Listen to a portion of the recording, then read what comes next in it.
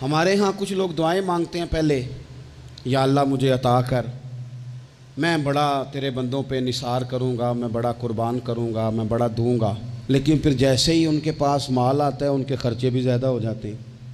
अल्लाह ने वुसअत दे दी है, बड़ा माल दिया है, गांव वाले घर से शहर वाले घर आ गए, अब माल तो और ज़्यादा है, कहाँ खर्च करें? तो ठीक है, वो बलूचिस्तान वाले, वो तो हमारा क्या लेना देना उनसे, वो सैलाब में है तो वो है ना, हम तो नहीं ना, हमें क्या लगे, हमें तो अच्छी अच्छी होटलों में रोटी खानी है।